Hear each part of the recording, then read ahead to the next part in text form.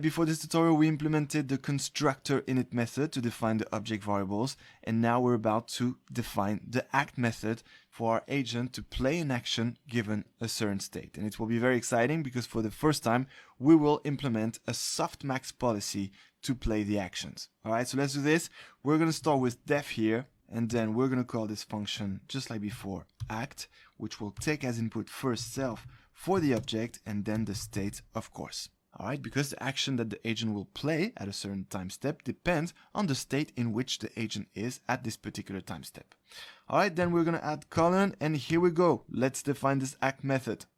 So first, we're going to make sure that our state is in a batch. You know, we always need that extra dimension of the batch because very simply, this is what neural networks in PyTorch expect. And so, well, it's possible that we have some lost states not within a batch. So if that happens, we're going to make sure they are in a batch. And so with an if condition here, we're going to check if the dimension of our state, which we're going to get like that, state.enddim equals 3, because remember that the state is actually a 4-frame buffer, meaning a stack of 4 grayscale frames, and therefore you have one dimension corresponding to which frame it is among these 4 frames, and then the other 2 dimensions for the size of the images, 42 by 42. So if the dimension of the state is 3, meaning if the state is not in a batch, meaning if it is a single observation, meaning a single 4 grayscale frame buffer, well, what are we going to do? We're going to add this extra dimension of the batch by very simply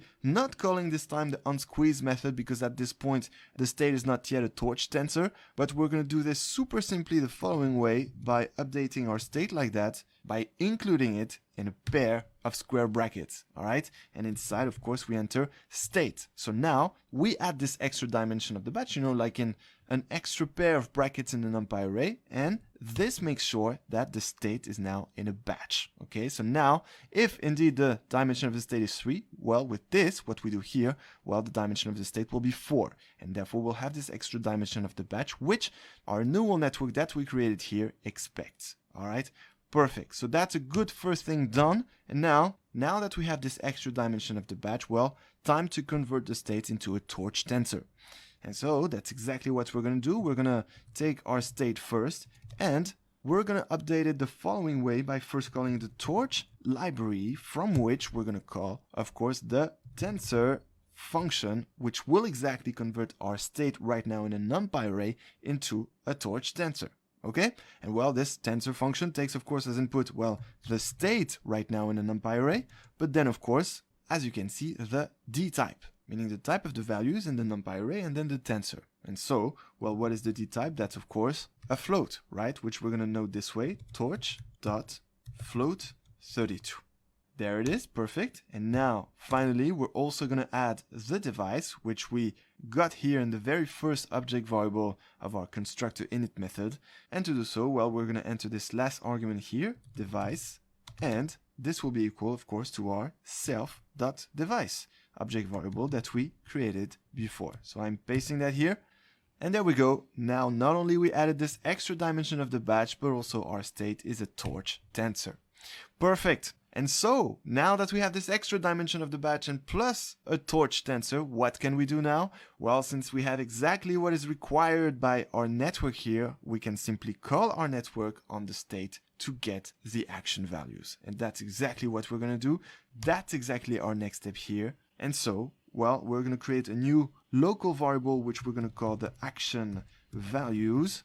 And we're going to call the forward method from our network object to get those action values. However, remember that the forward method in our network class actually also returns the state value, right?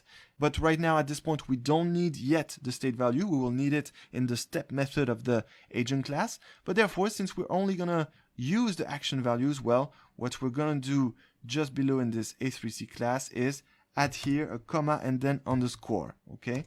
So that we can disregard the state value, okay? And so now, well, time to first call our network, of course, self.network, okay? And then, as we just said, time to call the forward method. And then remember, in PyTorch, you have a choice. Either you can call the forward method, which takes as input the state from your network, or you can use the famous PyTorch shortcut by only calling the network. That's very famous. Whenever you implement the forward method in a PyTorch class, well, it knows that when you call your network like that, it's actually the forward method that you're calling. Okay, so as you want, let's keep the shortcut. And now, great, we have the action values. Perfect. So now, according to you, what is the next step? Well, by now I've mentioned the name many times. It's finally time to use softmax, right? We're going to use the softmax policy in order to select a certain action, right? Softmax is just another action selection strategy than the one we used before, epsilon greedy. So it's good that you know both techniques, and here it appears that softmax is better. So let's do this. We're going to create a new local variable which we're going to call policy, simply because we're about to use the softmax policy to select our actions. And now, well, time to use the softmax function, which we get from the functional module, which has a shortcut f, from which we indeed call the softmax function. Okay, perfect. And now, according to you, what do we need to input in this softmax function? Well, first, that's of course the action values, right? Because a softmax policy consists of converting our action values into probabilities. And then the higher probability, then the higher chance this action corresponding to this higher probability will be selected. And so there we go. We enter first here the action values, also called famously in reinforcement learning, the logits. Okay?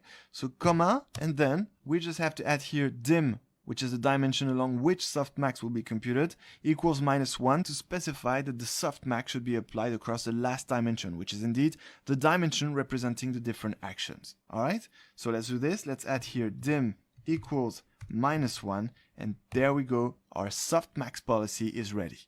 And so now we have one final thing to do, which is of course to return the selected action. And so we're going to add here return, and then we're going to use our softmax policy to sample the final action. And actually, right now it's important to understand that the state is actually a batch of states, but it's common practice to actually use this simplified notation, but let's not forget it's actually a batch of several states, and therefore what we're about to return now is several actions, each one corresponding to each state in the batch. And so since we're returning several actions, well, we're going to return them into a numpy array. So I'm calling the numpy library first, from which I'm calling the array function, and which will contain that list of actions for each state in the batch. Okay? So how are we going to do this? Well, we're going to use our policy tensor, of course, which again actually is a list of several policies for each of the states in the batch. And so what we're about to do in this pair of square brackets here is a for loop within a list, where we're going to loop over the different policies corresponding to each of the states in the batch. Okay, so let me show you. It will be easier to understand once we code it. So first, what I suggest we do is we do it for one policy, for one specific state in the batch, and then we'll do that for loop to do the same for the other states in the batch. Okay, so let's consider just one policy for now. It will be easier to visualize. And so now the question is, we're dealing with one specific state in the batch. How we're going to return that selected action? Well, we're going to use a certain function by the numpy library, more specifically by the random module from the numpy library. So here we go. We're going to call the numpy library first, which has the shortcut np, from which we call the random module, from which we call this choice function. The choice function which will allow us to draw from a certain distribution of probabilities, which is exactly what we have. Thanks to the softmax function here, we were able to get a distribution of probabilities over the different actions, the different action values for each state. And so, well, since we have this distribution, now we can use the choice function to sample an action from this distribution. And so, what do we have to input in this choice function? Well, first, the number of different actions we have for each state, and that's len of p, where p will actually be one of the policies in this list of policies for each of the states in the batch, and length of p here corresponds exactly to the number of actions. And then, as the second argument here, we're going to enter, well, the policy itself. And that's our argument here, p. We are going to enter p equals p. And p, of course, here will be one of the policies corresponding to one specific state in the batch in this policy tensor. And so, now in order to finish this, we simply have to add the for loop in order to loop over the different policies we have in this policy tensor.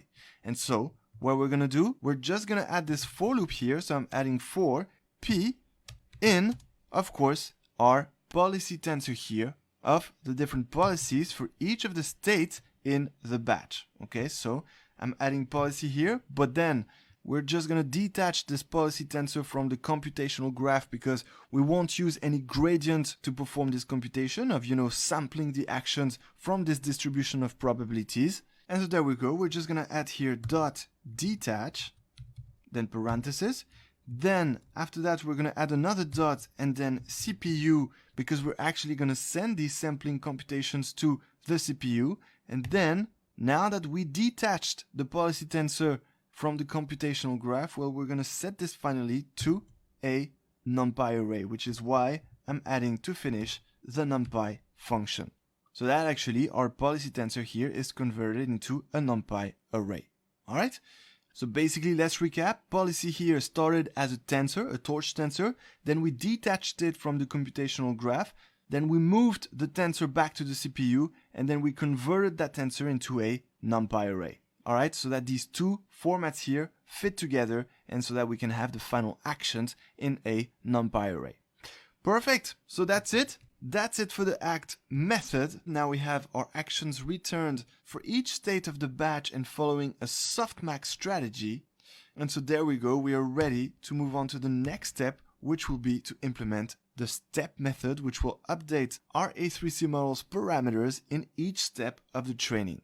Let's get some good energy for this one because it's actually going to be a long method to implement. So as soon as you're ready, join me in that next tutorial. And until then, enjoy AI. Step method. Indeed, that's the method that will be called whenever the agent takes a step in the environment, and it's a method that will receive the current state, the action taken, the reward received, the next state reached, and whether the episode is done or not, and which will update, of course, the model's parameters, meaning the weight of the neural network, so that it performs over the training better and better actions that lead to a higher score. Alright, so let's do this. Let's start by defining the step method that will take, as we just said, self for the object, but of course then first the state, then the action, then the reward, then the next state, and finally done. Okay, and once again, just to simplify the notations of the code, we are reasoning at the observation level, with a single state, a single action, a single reward, a single next state, and a single done. But in fact, what this step method will really take as input is a batch of states and then the corresponding batch of actions, rewards, next states, and dones. All right, but in order to avoid too many S's in the code, well, we're going to reason at the state level, but please keep in mind that these will actually be batches. All right, and now here we go. Let's implement that step method. Alright, well, speaking of batches, what will be our first step here? Well, this will be to get the batch size in a variable, because of course that will be one of the parameters we will need in all the upcoming computations. So here we go. Let's define a new local variable, which we're going to call batch size. And how will we get that batch size? Well, by simply taking our state here, which remember is actually the batch of states, and using the shape attribute, which we're going to access thanks to a dot here, and then shape, and then in square brackets, you're going to enter the index 0. Because indeed, the first dimension of the state tensor represents the number of state observations in the batch. Okay? Then, second step, let me actually scroll down so that it's easier for you. By the way, I put the zoom back so that we can all better see. And so now, what according to you is the next step? Well, at this point, when we actually call the step method, well, all these, the states, actions, rewards, next states, and dones are going to be numpy arrays, okay? And we want them to be torch tensors. So what we're about to do now in the next 4 lines of codes is to convert the state, the next state, the reward, and done into torch tensors. And then we'll take care of the action later on. All right, so here we go. Let's start with the state. And well, you know how to convert that into a torch tensor. We first call the torch library, from which we call the tensor function, which will take as input, of course, the state currently as a numpy array.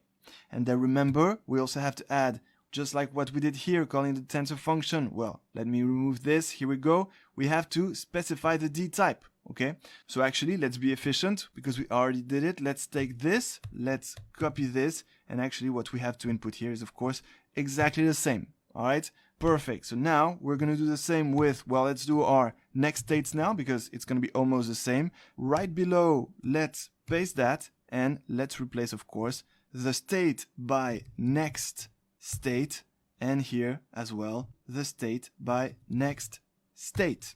Okay? Perfect. So now our states and our next states are converted into torch tensors, in their respective batch. And now let's take care of the rewards. So here we go. Let's do it efficiently again. I'm going to paste that same line of code. We're going to replace state here by reward. All right, there we go. Yes, reward, and then state here as well by reward again. All right, and then according to you, will we keep a torch.float32d type? Yes, of course, right? The reward is a float, and then we'll keep the same device, of course. So all good here with the reward. And now, finally, this is where things change a little bit. We're going to convert our numpy array of the done booleans into a torch tensor again. So, well, let's paste that again. And here we're going to replace state by done. Okay, and then same here, state by done. Perfect. And now, what do we absolutely have to change? Well, of course, the D type, because done is not a float, it is a boolean. And so how can we get a boolean here? Well, very simply, we're going to replace torch.float32 by torch.bool. Okay, just like that. And that gives us indeed a boolean. However, now it's not over because we will use done in the computations and everything has to be in the same type. When we do operations of several elements together, well, we will still convert the done here into a float. And that's why I'm adding at the end here a dot, then 2, and then in parentheses, once again, D type equals torch float32. So let's actually take it here. It will be more efficient. Let's copy it and let's paste that exactly inside this 2. All right, and now we're all good. We only have floats here, so we can combine everything together in order to perform the future operations that will be needed for the A3C algorithm.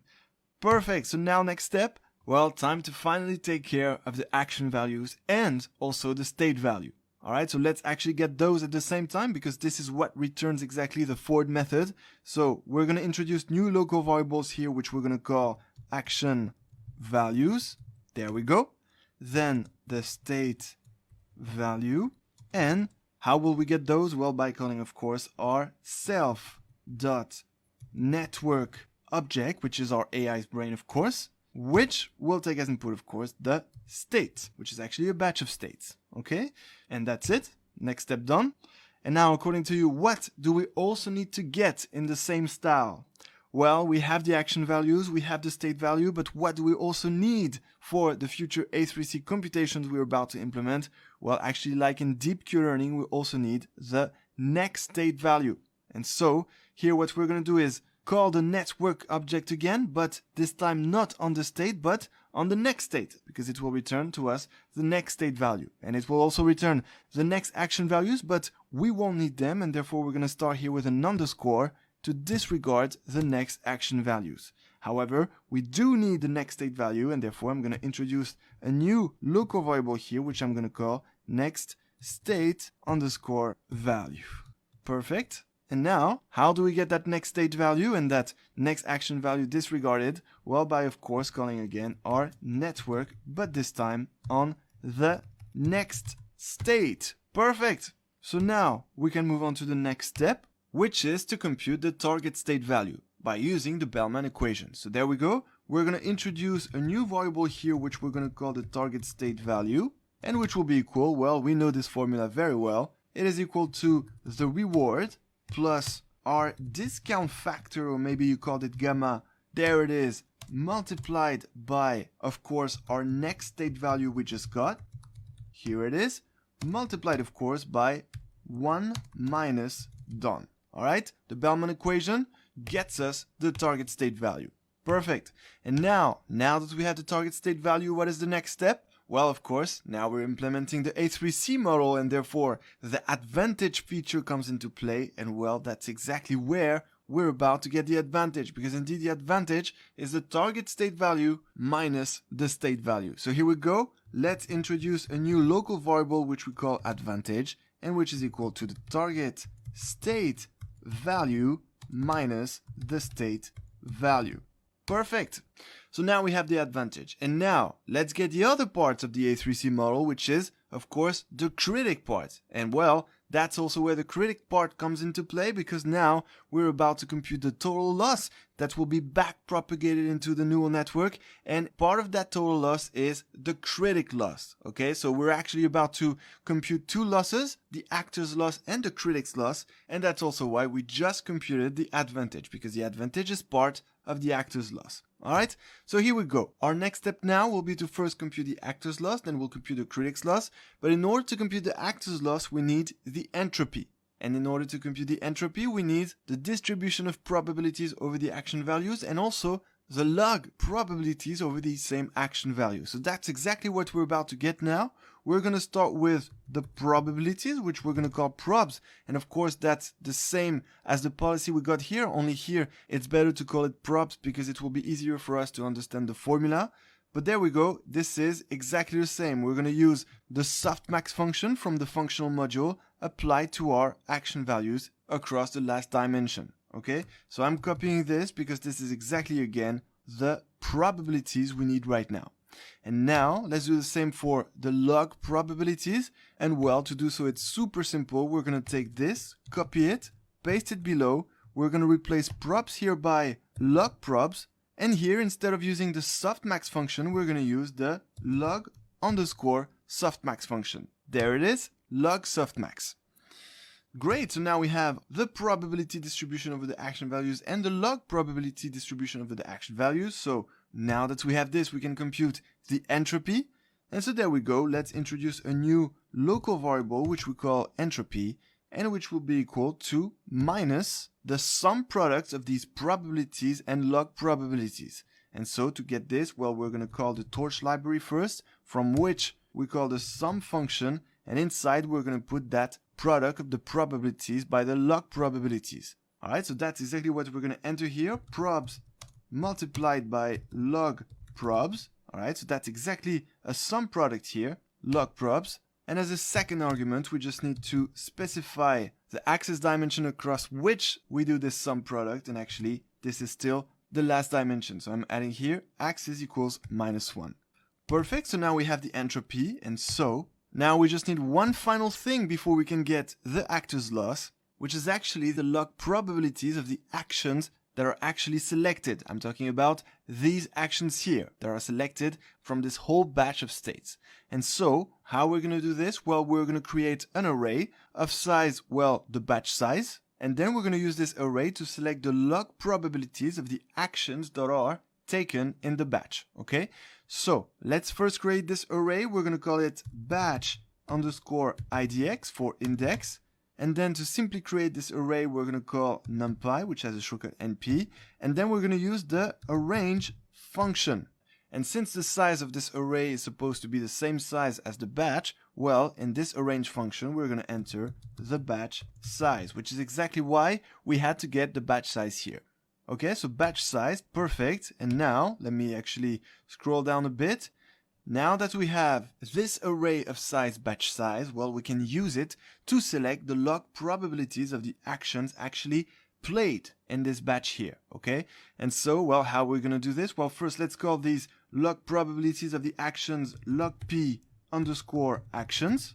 And then, how we're going to get them? Well, we're going to take our log probs tensor. So I'm going to take it here, log probs. And from this tensor, we're going to access, well, the indexes of the actions that are actually taken in the batch, which are exactly given by this variable action, okay? But of course, we're going to take all the rows in this log probs tensor in order to get all the log probabilities for each of those actions selected. And in order to get all the rows, well, we need to enter first here, for the first dimension, the batch idx, which we just got before, thanks to the arrange function by numpy. So batch idx here, and then of course for the second dimension, well, it's going to be only the indexes of the actions that are selected. And so here in the second dimension, I'm entering the actions. Alright? The batch of actions corresponding to all the states in the batch. Alright, amazing, because now we have everything we need to compute the actor's loss, because indeed, the actor's loss is going to be the negative mean of the product of the log probabilities of the actions taken and the advantages. And at the same time, we're going to encourage a bit of exploration by adding the mean of the entropy multiplied by a very small hyperparameter, which will balance the importance of the entropy. So let's write this. It will be simpler to visualize once we code it. But there we go. Let's introduce finally the actor's loss, which I'm going to call actor loss. And as we said, it is equal to the negative mean of the product of the log probabilities of the actions played and the advantages. So we're going to write this first. We take our log probabilities of the actions we just computed before. Here it is, log p actions, multiplied by the advantages. Okay, advantage. However, now we're just going to add to our advantage tensor a dot detach to prevent the gradients from flowing into the critic network during the actor's update, right? Because we won't need those gradients at this point. And then, there we go, we're going to take the mean of all that. And then, as we said, we're going to add at the end an exploration feature, which will be, as we said, the mean of the entropy multiplied by a very small number, which will balance the importance of this entropy. So here we go, this very small number is going to be 0.001, which we're going to multiply by indeed the mean of the entropy. And that's it, my friend, we have the actor's loss. Okay, that's exactly the actor's loss in the A3C algorithm. And now let's get the other loss, meaning the loss of the critic in the A3C model. And that's exactly what we're going to introduce now as a new local variable, which we're calling critic loss. And so what will be that critic loss? Well, very simply, it will be the mean squared error loss between the target state value and the state value. So here we go. We know how to do this. We take first our functional module f, from which we're going to call this MSC loss function, which we know very well. There it is, between the target state value and the state value. So let's enter first the target state value for the first argument. There it is. And then the state value. There it is again. And however, we're just going to detach the target state value from the computational graph because we want to prevent again the gradients from flowing into the target computations. Alright, perfect. So now basically we get the critic loss, which is the loss between the target state value and the predicted state value. And so now, super simple, what is the next step? It is obviously to get the total loss, which is simply the sum of the actor loss and the critic loss. So there we go. Let's introduce now the total loss, which is equal to the sum of the actor loss and the critic loss. Perfect. And so now you know the next steps, right? Because since we have the total loss, well, we can back propagate it into the A3C neural network and then use our optimizer to update the weights of that neural network. But first, remember what we always have to do before back propagating this loss and using that optimizer? Well, it is to reset the optimizer. Alright, so let's do that quickly. We first take our agent, which so far is self because we haven't created the A3C agent yet. We will do that in the next step, of course. So self, then from our agent we call our optimizer, of course. And then from our optimizer, since the optimizer is actually an instance of the atom class and the atom class contains this zero grad method that allows to reset the optimizer by zeroing out the gradients to prevent accumulation from the previous iterations. Well, there we go. We're going to use that zero grad method to zero out the gradients. Perfect. And now you know the next step. It is, of course, the back propagation. And the back propagation of what? Of course, of the total loss. So we're going to take our total loss now, and we're going to add this simple dot and then this simple backward function, which will perform exactly that backward propagation. And then, once again, you know the next step. Well, the next step is to finally update the model's parameters, meaning the neural network's weights, with our optimizer. So let's take again our agent, which so far is self because we haven't created the agent yet. Then let's take our optimizer again. And then let's take that other method of the atom class, which is of course the step method, and which will exactly update the weights of the neural network to minimize that total loss. And now, my friends, well, it is time for me to say huge congratulations, actually double huge congrats, because let me actually zoom out now so that we can have a look at what we've just created. because indeed, I want to say a first huge congrats for having implemented the step method, but also another huge congrats for having implemented the agent class. Indeed, we're done. We are done with the agent class. We have our 3 methods that we'll need to perform the training loop. And so there we go. Let's immediately run this cell to have this model architecture of our class so that in the next step we